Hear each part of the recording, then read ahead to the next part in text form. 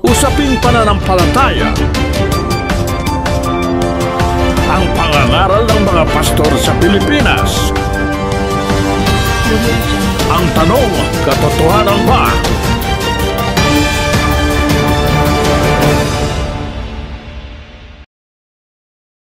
Ang mapapanood ninyo ay ang pangangaral ni Brad Eli Soriano. Patutugtugin natin ng buo nang di mawala ang konteksto na kanyang ipinapangaral. At ating bibigyan ng reaction pagkatapos ng video. Ginagawa natin ito sa pamamagitan ng fair use. Oo nga pala, ang pag-like ninyo sa inyong pinanood ay malaking suporta na sa aking channel. Halina at atin ng panoorin. Sumainyo po ang kapayapaan ng Panginoon. Magandang araw po sa inyong lahat. Muli pong sa tulong ng Diyos ay meron tayong mabuting pagkakataon ngayong oras na ito upang ipagpatuloy ang ating Bible Study on the Air sa pamamagitan ng palatuntunang Ang Dating Daan. At malugod po kaming muli na nag-aanyaya sa inyo sa pagpapatuloy ng ating pagsasaliksik ng iba't ibang mga katuruang bibliko sa ating pagtugaygay sa mga palatuntunan at mga panuntunan ng tunay na pananampalataya na itinuturo ng banal na kasulatan. At gaya po ng inyong nalalaman ng ating pinag-aaralan ay ang iba't ibang mga paraan ng Diyos para makilala ang tunay na pananampalataya, ang tapat na mangangaral at ang mga mangangaral na nagsasamantala sa relihiyon na ginagawang kasangkapan ng relihiyon sa kanilang pagpapakasagana sa kanilang mga sarili. Subalit bago po natin ipagpatuloy ang ating layunin na tuklasin ng iba't ibang mga katiwalian sa iba't ibang pananampalataya sa ating panahon, minarapat po nating ipaglingkod sa inyo ngayon ng isang napakahalagang tema sa dahilang mayroon tayong mga kababayan at meron tayong mga nakakapakinig sa ating programa na nagkakamali ng akala sa ating layunin sa pagsasabi natin ng iba't ibang katiwalian sa pananampalataya. Yun daw po ay hindi Christian love. Hindi raw yun maggagawa ng unity among Christians, kundi ang magagawa raw nung ating ginagawa ay magkakaroon daw ng divisiveness among Christian believers. Na yun po ay paniniwala ko, assessment ng taong hindi nakakaunawa sa Biblia. Sapagkat kailanman po yung mga Kristiyano na talagang Kristiyano sa pagpapakilala ng Biblia, yung salita ng Diyos, pag binasa mo, it will not cause divisiveness among Christians. They will be further united. Lalo pa silang magkakaroon ng isang matatag na pagsasama-sama kung talaga silang mga Kristiyano. Pero yung hindi Kristiyano, hindi talaga po pwedeng makiisa dun sa panuntunan ng Kristo sa Biblia. Imposible. Kaya makinig sa amin, hindi makinig sa amin, pagka talagang meron silang grupo na panatiko na sila ron, ayaw na nilang umunawa ng Biblia, wala tayong magagawa, dun sila talaga. At yun ay katuparan lang po ng sinabi ni Kristo sa pamamagitan ng apostol na si Pablo dito sa 2 Korinto. Ibig kong basahin ng talata, mga kababayan. Sa 6 at 14, ganito ating mababasa. Huwag kayong makipamatok ng kabilan sa mga di nagsisisampalataya, sapagkat anong pakikisama mayroon, ang katwiran at ang kalikuan, o anong pakikisama mayroon, ang kaliwanagan sa kadiliman, o anong pakikisama o pakikipagkasundo mayroon si Kristo kay Belial o Baal, o anong bahagi mayroon ang sumasampalataya sa di sumasampalataya, o anong pakikipagkaisa mayroon ng templo ng Diyos sa mga Diyos-Diyusan. Ito po yung mga tanong ng apostol na si Pablo sa kanyang pagkaunawa sa kabuuan ng katwiran ni Kristo, ang wika niya, anong pakikisama mayroon ng wika ang katwiran at ang kalikuan? Anong pakikisama mayroon ang kaliwanagan sa kadiliman? Dito ipinakikita ang impossibility ng mag-merge yung liwanag at dilim, yung katwiran at saka yung kalikuan.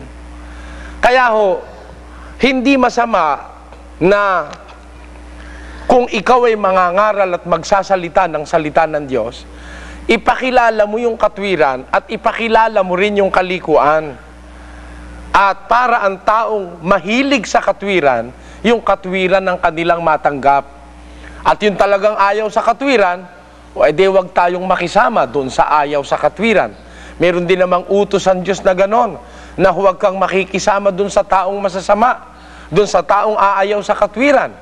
Kaya hindi natin maiiwasan yung divisiveness, yung mga pagkakahiwa-hiwalay ng grupo at ng mga damdamin, hindi naiiwasan yon. Dahil merong mga tao, mas gusto kong minsan yung mali kaysa sa tama. Mas gusto yung kadiliman kaysa sa liwanag. Pakinggan nyo, sa isang talata ng huwag isisi sa palatuntunang ito, ang pagkakaroon ng pagkakahiwa-hiwalay ng damdamin. At lalong huwag isisi sa Biblia, kung binabasa ng palatuntunang ito ang Biblia, na may nagkakahiwa-hiwalay ng damdamin. Hindi naiiwasan yon, mga kababayan, dahil mayroon pong ganitong ugali ang tao na sinasabi ang ating Panginoon. Pakinggan nyo sa 3 at 19 ng Juan. At ito ang kahatulan, na naparito ang ilaw sa sanglibutan, at inibig pa ng mga tao ang kadiliman kaysa ilaw, sapagkat masasama ang kanilang mga gawa. Sapagkat ang bawat isa na gumagawa ng masama ay napopuot sa ilaw at hindi lumalapit sa ilaw upang huwag masaway ang kanyang masamang mga gawa. Ano po ang sabi ng Biblia? Yun ang wikang kahatulan, ito ang sinasabi ni Kristo, ito ang kahatulan na naparito ang ilaw sa sanlibutan at inibig pa ng ibang mga tao yung kadiliman kaysa ilaw, sapagkat masasama ang kanilang mga gawa. Sapagkat yun ang wikang gumagawa ng masama ay aayaw sa ilaw, napopuot yun sa ilaw, galit yun sa ilaw, galit yun sa salita ng Diyos, at hindi yun lumalapit sa ilaw dahil baka masaway ang kanilang mga gawa. Yan ang isang pruweba sa inyo, mga kababayan, na hindi pwedeng hindi nga magkakahiwalay ng damdamin. Meron tao ayaw sa ilaw, meron tao gusto yung ilaw, o meron tao gusto sa dilim, meron tao gusto sa liwanag. O di magkakahiwalay yun. Yung makadilim napupunta sa dilim, yung makaliwanag mapupunta sa liwanag. Ayon ang dapat nating makita. Kaya ito po ang aming pananampalataya, na anuman ang gawin natin, talagang merong mga taong aayaw ng katwiran at aayaw ng katotohanan. At yan nga ang dahil kung bakit ang Diyos ay magpaparuse, na merong tao ayaw talaga ng katwiran, mas gusto niloloko, mas gusto yung binobola kaysa dun sa pinagtatapatan. Pakinggan nyo, sa isang talata ng 2 Tesalonica, merong tao talagang mas mahilig sa masama, sa mali, kaysa sa tama. Ito po'y nasa 2 at 11 hanggang 12 ng 2 Tesalonica. Ganito po ang sinasabi. At dahil dito'y ipinadadala sa kanila ng Diyos ang paggawa ng kamalian upang magsipaniwala sila sa kasinungalingan, upang mga hatulan silang lahat na hindi nagsisampalataya sa katotohanan, kundi nangalugod sa kalikuan. Meron po bang taong ang kaluguran nila yung kalikuan? Ayun, mas gusto nila yung mali, mas gusto nila yung hindi tama. Kaya ang sabi ng Biblia, ipinadadala sa kanila ng Diyos ang paggawa ng kamalian upang sila'y magsipaniwala sa kasinungalingan, upang mga hatulan silang lahat na hindi nagsisampalataya sa katotohanan, kundi nangalugod sa kalikuan. Meron ng mga ganun tao. At yun ay ating inaasahan na. Ngayon, ang atin pong ginagawa sa palatuntunang ito is to promote the real sense of Christian love and the real sense of Christian unity by exposing the real truth of the Bible. At ito man ay maging kalaban ng kahit na sino, sasabihin natin yung totoo in order to unify all Christians in their faith in the truth of the words of God in the Bible. Yun po ang alam kong true Christian unity. They are united in the gospel. They are united in the teachings of Jesus Christ. They are not united because of the influence of a political leader or a religious leader. Hindi yun ang point ng kanilang unity. They are united because of the words of God in the Bible.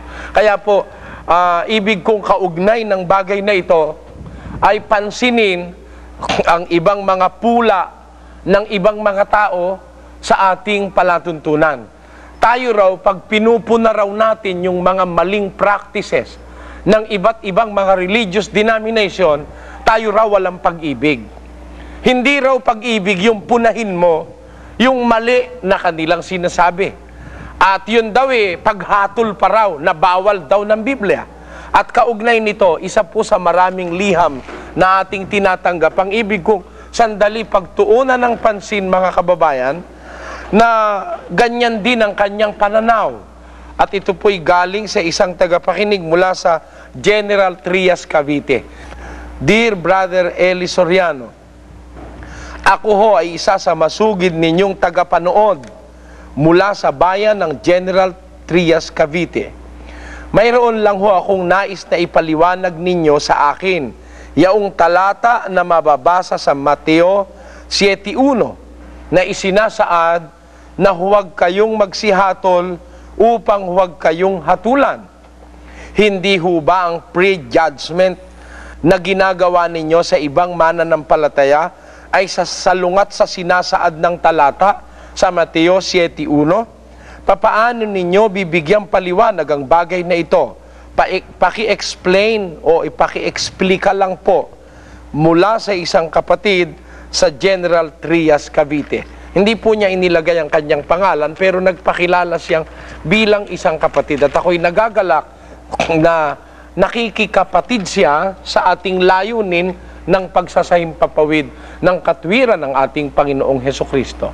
Ang wika niya, hindi ba raw pre-judgment ang ating ginagawa sa iba't ibang mga lipunan ng pananampalataya? Pag sinasabi nating mali yung kanilang gawain, yun daw ay pre-judgment, na yun daw ay labag sa sinasabi ni Kristo. At ang ibinigay niyang talata ay Mateo Kapitulo 7 at versikulo 1 na ibig ko pong ating tunghayan sa oras na ito. Dito po sa Mateo Kapitulo 7 at versikulo 1, mayroong ganitong pangungusap ang ating Panginoon. Pakinggan nyo. Huwag kayong magsihatol upang huwag kayong hatulan, sapagkat sa hatol na inyong ihahatol ay hahatulan kayo, at sa panukat na inyong isusukat ay susukatin kayo. Dito po sila nagbabatay. Merong mga lipunan ng pananampalataya, bawal ika ang humatol. Ayan sabi ni Kristo, huwag kayong magsihatol upang huwag kayong hatulan. Ayun. Pagkabasa nun, hindi na nila kinuhang ang konteksto. Hindi nila inisip ang punto, sinara ang Biblia. Ayan bawal humatol. Ayun. Pagpalagay natin sandali, bawal humatol. Ayon sa Mateo 7:1, may babasahin po ako sa isang talata nito ring ng Ebanghelyo rin. Dito sa isang talata ng Juan, mayroon namang ganitong sinasabi ang Kristo. Si Kristo rin ang may sabi, at ito po'y nasa 7:24 naman ni San Juan. Pakinggan nyo. Huwag kayong magsihatol ayon sa anyo, kundi magsihatol kayo ng matuwid na paghatol. Paano ito ngayon, mga kababayan? Dito, wag ang wika kayong magsihatol ng ayon sa anyo, kundi magsihatol kayo ng matuwid na paghatol. O dito, utos naman ang humatol. Kaya lang, huwag sa anyo, kundi matuwid na paghatol. Bawal ba humatol kung ganon? Kaya, kailangan mga kababayan, pag nakabasa ka ng isang talata, huwag mo agad bibigyan ng pakahulugan. Yan po ang ikinaliligaw ng marami. Saliksikin mo muna ang mga surrounding verses and other verses in the Bible that is connected with that verse. Halimbawa, pagka nakabasa tayo nito, na ito'y nabasa nung mga oneness daw sila.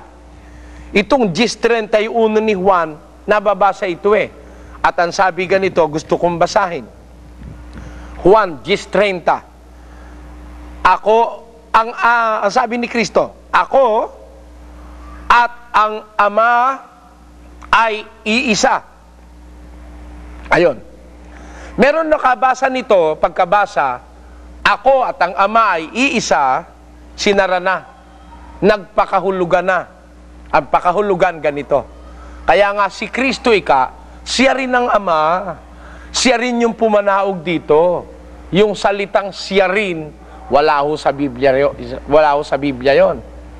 Na si Kristo rin ang Ama, at yung Ama rin si Kristo, na ang pangalan ng Ama ay Jesus, ang pangalan daw ng Anak ay Jesus, at ang pangalan ng Espiritu Santo ay Jesus. Yun ho'y Jesus Mariosip na paniniwala. Galing lang ho sa kukote ng pastor yon.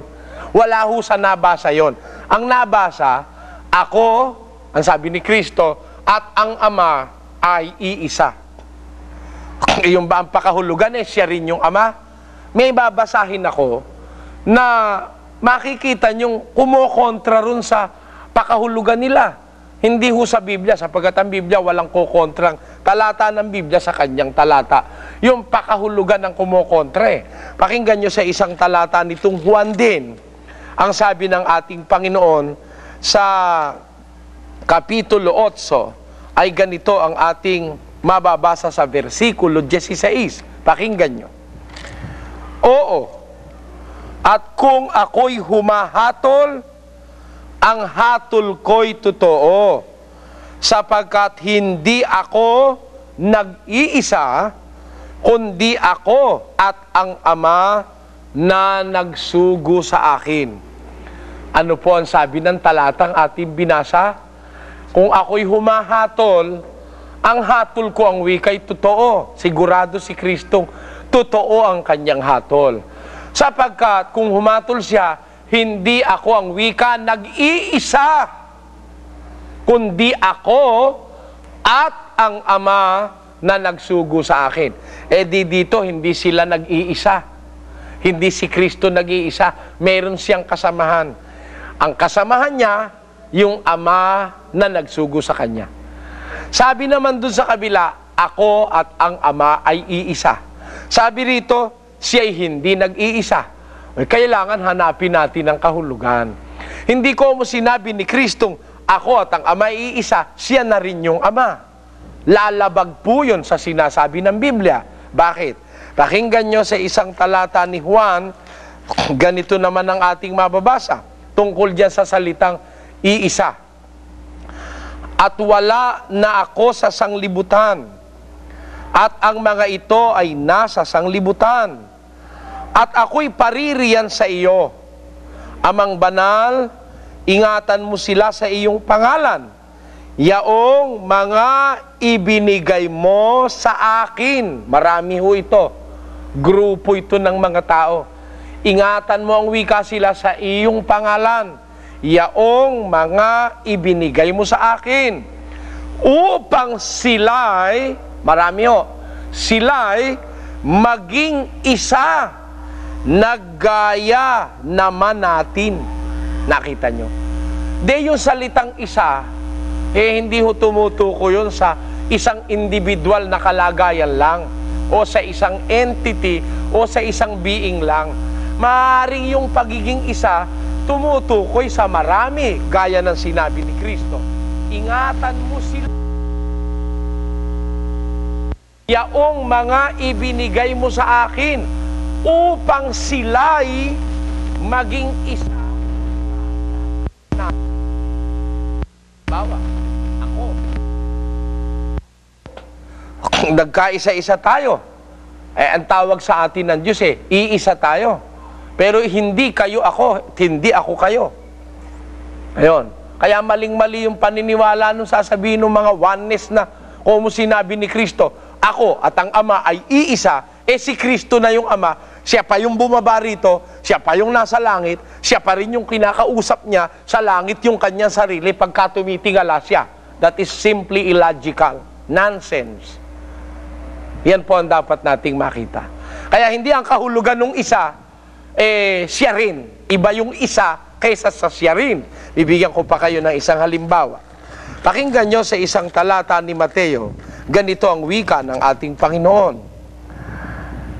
Sinabi niya, ito po'y 19:5 ni Mateo, dahil dito'y iiwan ng lalaki ang kanyang ama at ina at makikisama sa kanyang asawa at ang dalawa ay magiging isang laman. Kaya nga, hindi na sila dalawa, kundi isang laman. Ang pinapagsama nga ng Diyos ay huwag pagpapaghiwalayin ng tao. Nakita nyo ito, mga kababayan? Yung palalalaki at babaeng pinagsama ng Diyos, hindi na isa. Hindi na dalawa, kundi isa. Isang laman. Yung pinagsama ng Diyos, huwag paghiwalayin ng tao. Hindi, isa lang sila. Hindi na ikadalawa, kundi isa O huwag nyo sabihin nyo si Pedro, siya rin si Maria, at si Maria, siya rin si Pedro. Mag-asawa sila. Sa harap ng Diyos, ang tawag sa kanila isa. Pero bagaman sila iisa, iba si Maria, iba si Pedro. Sana nakuha nyo ang lohika ng bagay na yon, mga kababayan. Gaya rin naman ni Kristo at ang Ama ay iisa, hindi ibig sabihin siya rin yung Ama, siya pa rin yung anak. Otherwise, lalabas na maarte si Kristo. Bakit? Siya rin pala yun, tumitingala pa siya pagka kinakausap niya siya. Which is purely impertinent and illogical belief. Noong mga naniniwalang si Kristo rin ang Ama. Ako po naniniwala sa Biblia, si Kristo at ang Ama ay iisa. Yung lalaki at ang babae ay iisa. Yung mga Kristiyano ay iisa. Pero hindi silang lahat pare-pareho. Yan po ang dapat nating maintindihan. Gaya rin naman nung talatang ating pinagtutuunan ng pansin sa oras na ito. Nabasa natin sa Mateo, sabi nga naman ng ating Panginoon, huwag kayong magsihatol upang huwag kayong hatulan. Yun ang nakasulat sa Mateo 7:1. Doon pumarada na, huminto na yung bumabasa, nagpakahulugan, bawal ka humatol. Kaya kasi Soriano, puna ng puna, hatol lang hatol, wala kang pag-ibig yan. Sabihin ng mga matik-matik at saka mga kuno ay born again. Ngayon, sabi doon sa ating nabasa sa kabila, huwag kayong magsihatol ng ayon sa anyo. Kundi, magsihatol kayo ng matwid na paghatol. Sa makatwid dun sa kabila, pinahahatol nga tayo Kaya lang, matwid na paghatol. Dito sinabi, huwag kayong magsihatol. Para bang kumokontra. Pero walang kontra, mga kababayan, kung ating uunawain. Basahin nating muli ang talata at ating alamin ang konteksto ng talata. Pakinggan nyo, huwag kayong magsihatol upang huwag kayong hatulan. Sapagkat sa hatol na inyong ihahatol, ay hahatulan kayo. At sa panukat na inyong isusukat, ay susukatin kayo. At bakit mo tinitingnan ng puwing na nasa mata ng iyong kapatid? Ngunit hindi mo pinapansin ang tahilan na nasa iyong sariling mata. O papaanong sasabihin mo sa iyong kapatid, pabayaan mong alisin ko ang puwing sa mata mo, at narito ang tahilan sa iyong sariling mata. Ikaw na mapagpaimbabaw, alisin mo muna ang tahilan sa iyong sariling mata. At kung magkagayon, kung maalis na, ay makikita mong malinaw ang pag-aalis mo ng puwing sa mata ng iyong kapatid. Dito po maliwanag, mga kababayan, ng direktiba ni Kristo. Hindi naman pala talagang bawal humatol Kundi ang sabi ni Kristo, huwag kang humatol upang huwag ka rin namang hatulan. Papansinin niyo yung talata, huwag kang humatol, huwag kayong magsihatol upang huwag kayong hatulan. Ayon. Kung ang judgment o ang hatol galing lang sa'yo, bawal yun Bawal yung humatol kayo, sabi ni Kristo. Pero kung ang judgment galing sa Diyos, yung matuwid na paghatol, masama ba yun? Masama ba? Mag-isip ho kayo. Halimbawa, sabi ko, o ikaw, hindi ka maliligtas. Sabi ko lang, hindi ka maliligtas. Ay, natulang kita. Masama yun. Pero, halimbawa, sabi ko, ikaw hindi ka maliligtas dahil hindi ka sumusunod sa utos ng Diyos. Sabi ng Diyos, huwag kang mangangalunya. Ikaw, pastor ka pa naman, nangangalunya ka. O, yung ba paghatol ko, tama o hindi? Kasi, sabi talaga ng Diyos huwag kang mangangalunya. Kung nangangalunya ka, hindi ka maliligtas. Hatol ko ba yon? Hindi ko hatol yon. Hatol ng Diyos yon. Binabasa ko lang sa Biblia. Naintindihan niyo, mga kababayan? Pero kung halimbawa, wala naman akong basis sa salita ng Diyos, sinabi ko na lang, basta hindi ka maliligtas. Yun ang paghatol na bawal ni Kristo. Hindi matuwid na paghatol yon. Pero ang sabi ni Kristo, humatol kayo ng matuwid na paghatol. Kaya hindi masamang humatol. Alin ang masamang paghatol? Yung hatol mong pansarili, na walang base, hindi matuwid na paghatol. Baseless. Even accusations, pagka baseless, masama yan. Malalibel ka niyan, ma-oral, magkakaroon ka ng kasong defamation. Pagka ikaw humahatol na baseless, wala kang pinagbabatayan. Pero pagka meron kang pinagbabatayan, hindi ka po pwedeng incriminate ng sino man. Pagka yung sinasabi mo, meron kang batayan. Lalong-lalo na pagdating sa Biblia. Ako lang nagtataka dun sa ibang mga tao, binabasa mo na sa Biblia, nagagalit pa. Masama bang ihatol natin yung hatol ng Diyos na matuwid na paghatol? At kung titignan natin, mga kababayan, ang kahulugan talaga ng Mateo, sino ang pinagbabawalan ditong humatol? Yung may puwing, yung may tahilan. Sabi ni Kristo, paano mong aalisin ang puwing? Sa mata ng iyong kapatid, narito't meron kang kulaba o tahilan sa iyong sariling mata. Pag pinayagan ka ni Kristo mag-alis ng puwing ng kapatid mo, ikaw naman pala may kulaba sa mata at may tahilang ka at may katarata kang pagkalaki-laki, baka imbis maalis mo yung puwing, madisgrasya mo yung maliwanag na mata. Bakit? May diferensya mata mo Kaya ang wika ni Kristo, alisin mo muna. Ikaw na mapagpaimbabaw. Sabi niya doon sa versikulo 4 hanggang 5. Ikaw na mapagpaimbabaw. Alisin mo muna yung tahilan sa mata mo. At sino po yung bawal humatol? Yung mga impostor, yung mapagpaimbabaw, na kunyari nagbabanal-banalan, pupuna-puna sa iba, siya pala'y ganun din ang diferensya niya. Sabi niya sa iba, wag mangangalon niya, kalunyero pala siya. Sabi niya sa iba, wag magnanakaw, magnanakaw pala siya. Sabi niya sa iba, wag sasamba sa Diyos-Diyosan, siya pala mananamba sa Diyos-Diyosan. Anong katunayan ganun nga ibig sabihin ni Kristo? Na kung ikaw pupuna sa iba, dapat wag kang masumpungan nung ipinupuna mo dahil ibabalik sa iyo ng mga tao yung sinasabi mo. Pakinggan nyo sa Roma 2:20. Tagasaway sa mga di nakakaalam, guro ng mga bata, na sa kautusan ay mayroong kang anyo ng pagkakilala at ng katotohanan. Ikaw nga na nagtuturo sa iba, hindi mo tinuturuan ang iyong sarili. At ikaw na nangangaral sa tao na huwag magnanakaw ay nagnanakaw ka. Ikaw na nagsasabing ang tao ay huwag mangalunya ay nangangalunya ka. ikaw na nasusuklam sa mga Diyos-Diyusan, ay nananakawan mo ang mga templo. Ikaw na nagmamapuri sa kautusan. Sa iyong pagsuway sa kautusan ay niwawalan mo ng puri ang Diyos. Dito po, maliwanag na yung tuturo-turo, pupuna-puna sa iba, ayaw ni Kristong ikaw mismo nagsasabi, wag mangangalo niya, kalunyero ka. Pastor ka, 36 ang asawa mo. Paano yun? Masama yun. Pastor ka, nire-rape mo yung sarili mong anak. O isipin mo, paano ka magpapastor nun? Kumbaga sa mag-aalis ng puwing, paano mong aalisan ng puwing yung kapwa mo, ikaw ay merong barado mata mo sa tahilan. Bawal yon. Yon ang bawal humatol. Yung ganong mga tao, bawal pumuna.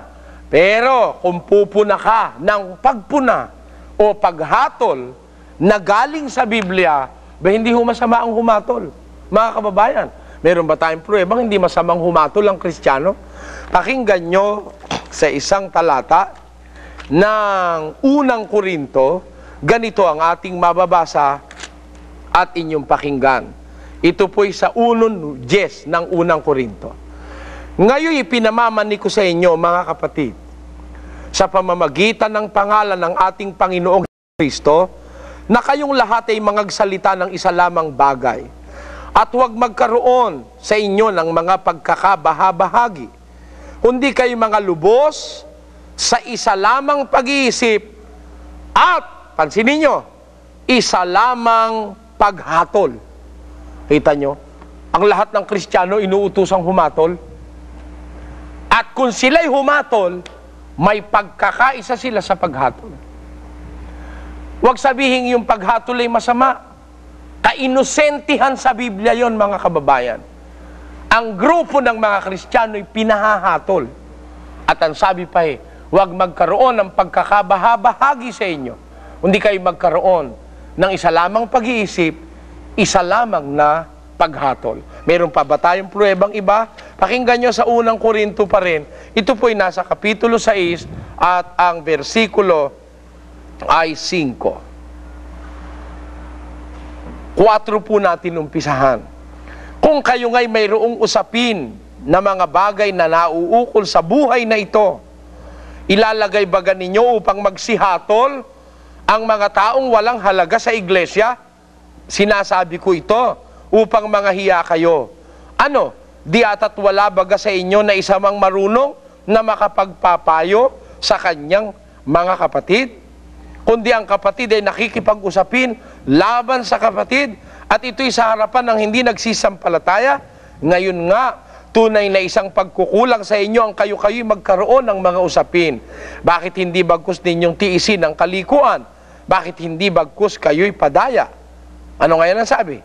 Kaya nga, hindi ba ganinyo nalalaman na ating hahatulan ng mga anghel? Gaano pa kaya ang mga bagay na nauukol sa buhay na ito? Tuloy.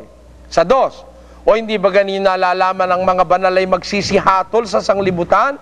At kung ang sanlibutan ay hahatulan ninyo, hindi kaya baga dapat magsihatol kayo sa mga bagay na pinakamaliit? Oh. Di baga kayo dapat magsihatol, ang wika ni Pablo, sa mga bagay na pinakamaliit? Kaya ho, ang Kristiyano may tungkuling humatol. Ano yung paghatol? Yung judgment. Pagdetermine kung mali o tama ang isang bagay. To discern whether a thing is right or wrong. And that is judging that thing, whether it is right or wrong. And that is judgment. And that is not prohibited by Christ among Christians. In fact, one of the primary functions of a Christian is to know how to judge well, how to judge fairly, how to judge in accordance with the Word of God in the Bible. Kaya po kami naniniwala, yung sabi ng iba, bawal humatol, yun ho, kaalaman ng inosente yun. Mali yun. O ngayon, kung pinupuna natin yung mga maling gawain ng mga relihiyon, hinahatulan ba natin sila? No. Pumupuna nga tayo para wag silang mahatulan ng Diyos. Kasi meron darating na judgment. Pag hindi sila umalis sa mali, masasama sila sa last judgment. Kaya natin pinupuna we condemn not the person, we condemn their mistakes. We condemn their wrong doctrines. Hinahatulan natin yung kanilang maling aral, hinahatul at kinukundina natin yung kanilang maling gawain, pero yung tao, hindi natin kinukundina. Kaya nga natin sila pinupuna. That is our Christian love for them. Na even to the extent of sacrificing our friendship with them, pinupuna natin sila. Kahit na sila'y magalit sa atin, para lang sila huwag mapasama sa parusang hinaharap ng mundong ito. Kaya huwag niyong sabihin, lalo na yung mga matik-matik dyan, at saka lalo na yung mga alagad dyan ng nagpapatakbo ng media, na sasabihin, ito raw programang ito'y humahatol. Hindi. Pag sinabi ko, mga kababayan, yung mga ngaral na nagpapayaman sa relihiyon, yun hindi sa Diyos, hindi paghatol yon, salita ng Biblia yon. O, pakinggan nyo. Hindi ba totoong hindi naman sa Diyos ito? Dito sa isang talata, maninipis yata kayong manipis sa balat ng sibuyas, makakapal naman ang pagmumukha nitong ibang mga mangangaral. Eto, di ba totoo? Pag ang mangangaral ginagamit ang relihiyon na kasangkapan sa pagpapayaman, yung mangangaral na sa demonyo, o pakinggan nyo sa isang talata. Pag hindi totoo ito, wag nyo na kaming pag-broadcastin. Pero pag totoo ito, pag-broadcastin nyo kami. Bakit? Panggigipit kay Kristo at sa kanyang aral ang ginagawa ng iba na ayaw mababasa ito dahil tinatamaan yung kawalanghiyaan nila. Pakinggan nyo. Pagtataltalan ng mga taong masasama ang pag-iisip at salat sa katotohanan na nagsisipag-akala na ang kabanalan ay paraan ng pakinabang. Meron ho bang mga ganun tao? Na ang akala sa kabanalan o paglilingkod sa Diyos ay paraan ng pakinabang. Paraan para yumaman. Paraan para makaraos ang kanilang tiyan. Meron bang ganon? Basa, pakinggan nyo. O, ba't kayo masasaktan? O hindi ganito, pastor nyo, ba't hindi nyo ipapasa ito sa review? Pasahan nyo ito. Kung hindi ganito, pastor nyo. O, hindi ba? O, ito yung ibang pastor. Pakinggan nyo. Sapagkat ang mga gayon ay hindi nagsisipaglingkod sa Kristong Panginoon, kundi sa kanilang sariling tiyan. Nakita nyo? O baka kayo dyan yung tiyan nyo rin ang pinaglilingkuran nyo. Mga pastor ng demonyo ang naglilingkod sa kanilang sariling tiyan. Hindi kay Kristong Panginoon, kundi sa kanilang sariling mga tiyan. At sa pamamagitan ng kanilang mabuting pananalita at maiinam na mga talumpati ay dinadaya ang mga puso ng mga walang malay. O, di manluloko yan? Mandaraya yan? O anong pinaglilingkuran? Ang Diyos ba? Yung tiyan. Nag-aakala silang wika ni Pablo na ang kabanalan ay paraan ng pakinabang. O hindi ba kahalay-halay ang mga walang hiyang pastor na ganyan? Na ginagamit ang relihiyon, ang salita ng Diyos, para kumuha ng katakot-takot na pera sa miyembro, dinadaya yung mga walang malay. Bakit to? Tinan ninyo kung di pandaraya yan. Hindi ba totoo? Kumukuha sila ng ikapo. Kumukuha ng ikapo. At madalas sabihin, pag nagbigay ka ng ikapo, babalikan ka ng Diyos. Siksik, liglig, umaapaw. O, kailan mo pa sinabi yon? Ha, kaibigan? Kailan pa sinabi nung pastor yon? Na pag nagbigay ka ng ikapo, babalik sa iyo ng Diyos, pik-pik, liglig, umaapaw. O, ngayon, yung isang pastor na kumukuha ng ikapo, tuwing magsasalitay, may ikapon sinasabi. 9 na taon na sa broadcast sa TV. 9 na taon na. Nag-anibersaryo na nga eh. O, 9 na taon na nagbibigay ng ikapo yung miyembro. Pik-pik, liglig at umaapaw daw ibibigay ng Diyos.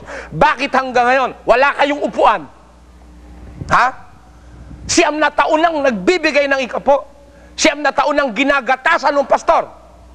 Pero hanggang ngayon, wala silang maupuan sa kanilang pagtitipon-tipon. Inuulan yung mga miyembro. At pag umulan naman, biyaya ka ng Diyos yan. Pag uwi ng miyembro, may sipon, may trangkaso, may pulmonya. Biyaya ba ng Diyos yun, napulmonya yung miyembro mo dahil walang bubong? At bakit walang bubong? Kung totoo yung sinasabi mong, pag nagbigay ng ikapo, siksik, liglig, umaapaw ang ibibigay na ganti ng Diyos. Yan ang tanong ko.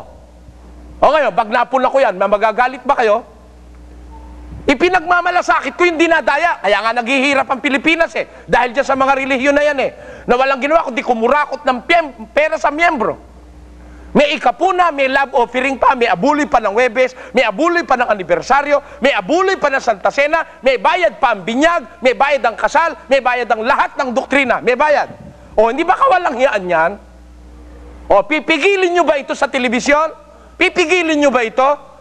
Ito'y sinasabi ng Biblia. Kung kayo'y makakristo, huwag niyong pigilin ang sinasabi ko, sapagkat si Kristo ang may sabi sa pamamagitan ni Pablo, na may mga pastor, ang kanilang pinaglilingkuran hindi si Kristong Panginoon, kundi ang kanilang sariling tiyan, ang kanilang sariling interes. Mga walang hiyang pastor. Meron ba talaga walang hiya? Pakinggan nyo. Sa isang talata ng Efeso, pag pinigil nyo ito, pinipigil nyo ang aral ni Kristo.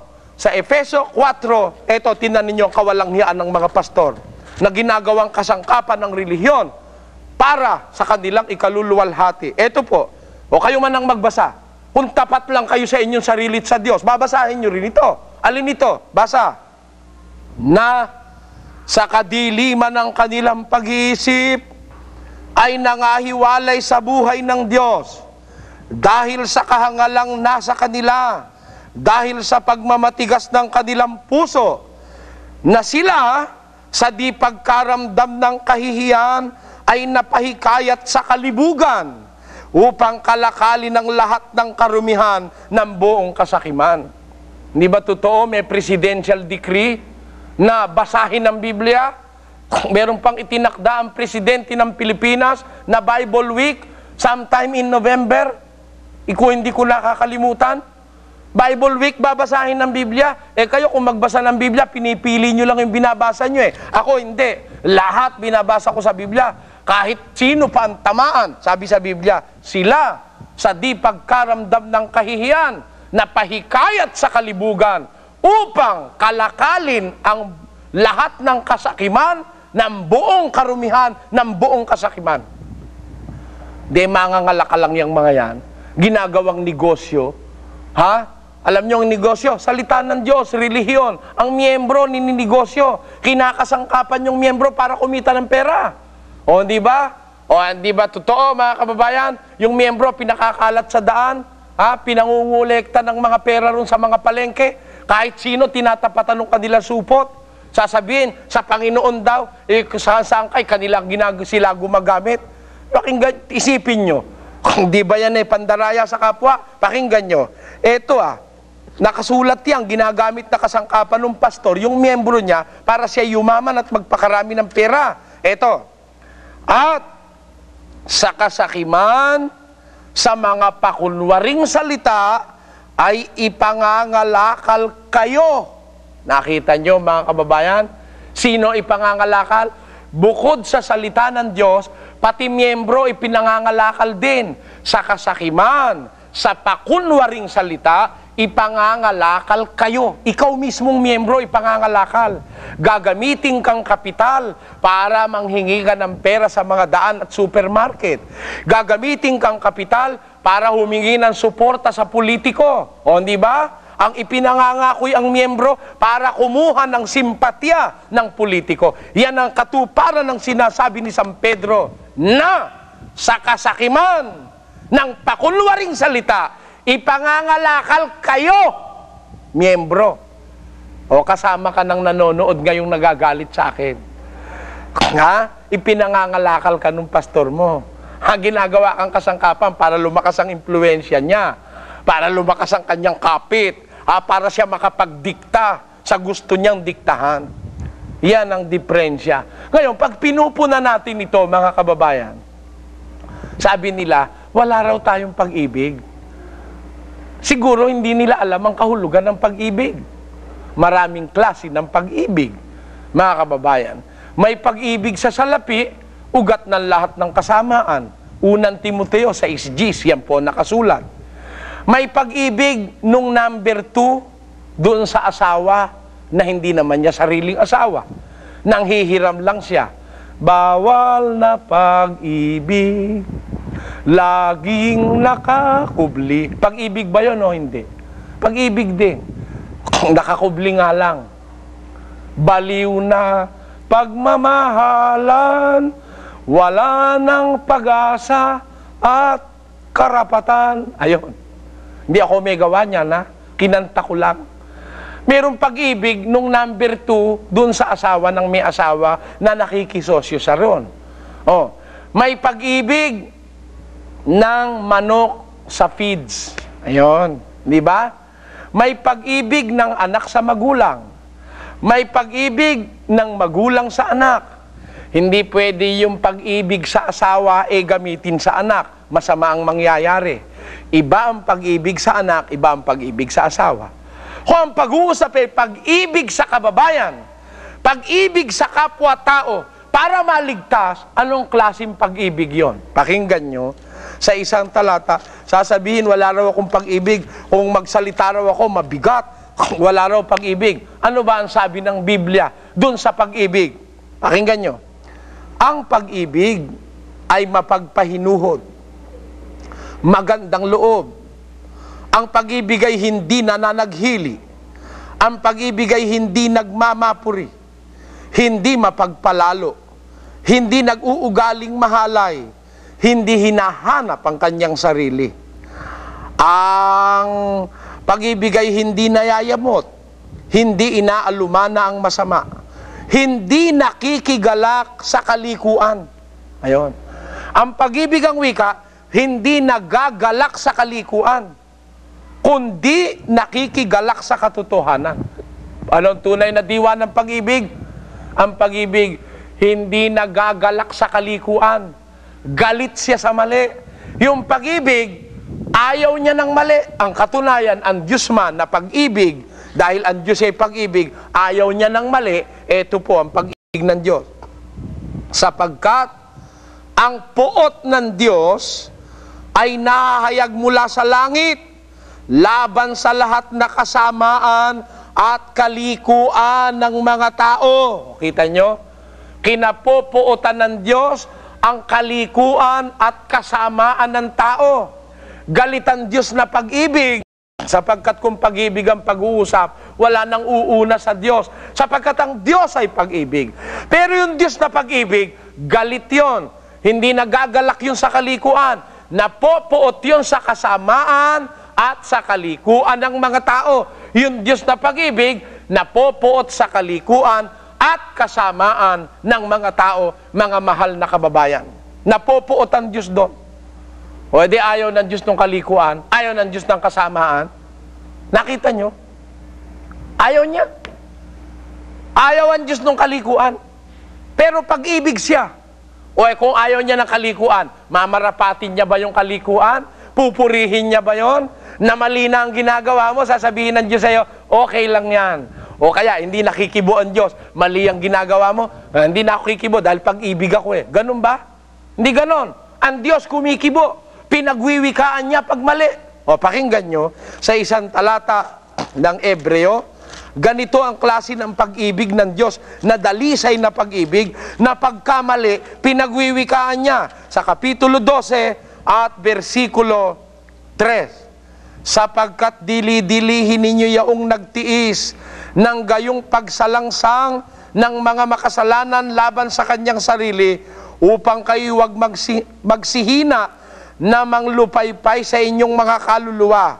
Hindi pa ba kayo nakikipaglaban? Hindi pa kayo nakikipaglaban hanggang sa mabubo ang dugo na nakikipag-away laban sa kasalanan? At inyong nilimot ang iniaral na ipinakikipagtalo sa inyong tulad sa mga anak.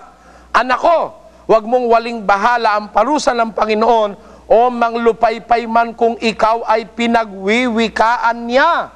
Sapagkat pinarurusahan ng Panginoon ang kanyang iniibig at hinahampas ang bawat tinatanggap na anak. Ano po ang sabi ni San Pablo? Huwag mo ang wikang waling bahala ang parusa ng Panginoon o manglupaypay man kung ikaw ay pinagwiwikaan niya. Kita mo, pinagsasabihan ng Diyos yung kanyang iniibig. Sapagkat ang wika ni Pablo, pinarurusahan ng Diyos ng Panginoon ang kanyang iniibig at hinahampas ang bawat tinatanggap niyang anak. Kaya po kami, ang nararamdaman ko sa kapwa ko tao, pag-ibig na banal na galing sa Diyos, yung hindi ako nakikipagkaibigan, na para lang wag kang magalit sa akin, magkaibigan tayo, kahit mali na yung ginagawa mo, hindi pa ako kikibo. Napopuot ang Diyos sa kasamaan at kalikuan ng tao. Hindi ang Diyos napopuot sa tao. Napopuot siya sa kasamaan at kalikuan ng tao. Hindi yung tao ang kinapopuotan niya. Ano ibig ko sabihin? Kung sabihin ko ba, yung mga mangangaral na nagpapabayad sa kasal, mga hindi sa Diyos yan, galit ba ako dun sa mga tao? No. Naaawa nga ako dun sa magpapakasali, pagbabayarin pa. Mahal ko nga yung tao na yon na inililigaw na nagbabayad pa. Mahal ko rin yung mangangaral na baka sakaling matauhan. Total, marami na rin lang silang pira. Wag na silang magpabayad sa kasal at saka sa binyag. Di ba? Total, hindi nyo na kayang ubusin yung pera at nakapalasyo na kayo. Di, wag nyo nang kurakutan pa yung mga squatter. Na pati ba naman yung mga squatter, hinihingan nyo pa ng ikapo wala namang kita yun. Oh. Pinupwersa nyo pa yung mag-love offering. Ha? Dapat yung mga squatter na may sakit, siya pa nga ang bigyan ng pastor. Aba, itong mga pastor na ito, napakatataka, walang kabusugan. Bakit? Karairain na niyang pera, nakapalasyo na siya, meron na siya sariling eroplano. Ha? Meron na siya sariling vapor. Baka hindi lang vapor, baka barko pa. Ha? Meron na siyang lahat ng bagay at hindi niya na kayang ubusin pati nung kanyang kaapu-apuhan. Pati ba naman ito squatter na imbis tulungan sila pa rin ang nag-aabuloy? O yan ang dapat nating maintindihan, mga kababayan. Kaya kung halimbawa sabihin ko yon, galit ba ako dun sa tao? No.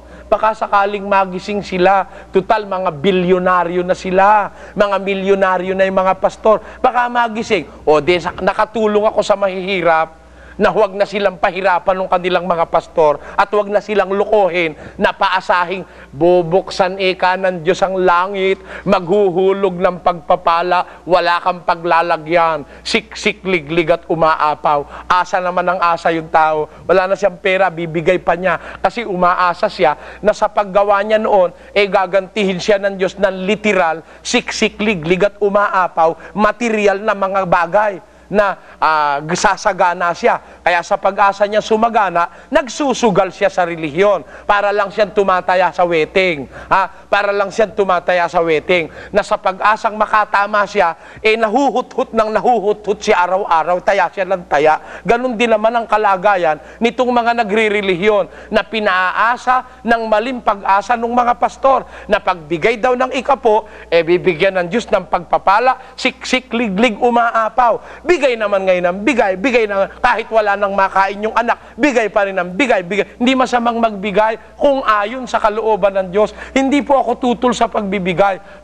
Mapalad ang nagbibigay kaysa sa binibigyan. Pero kung ang binibigyan natin, pastor naman luloko, pinalarami natin ng kayamanan para lalong makapanloko, hindi tayo dapat magbigay.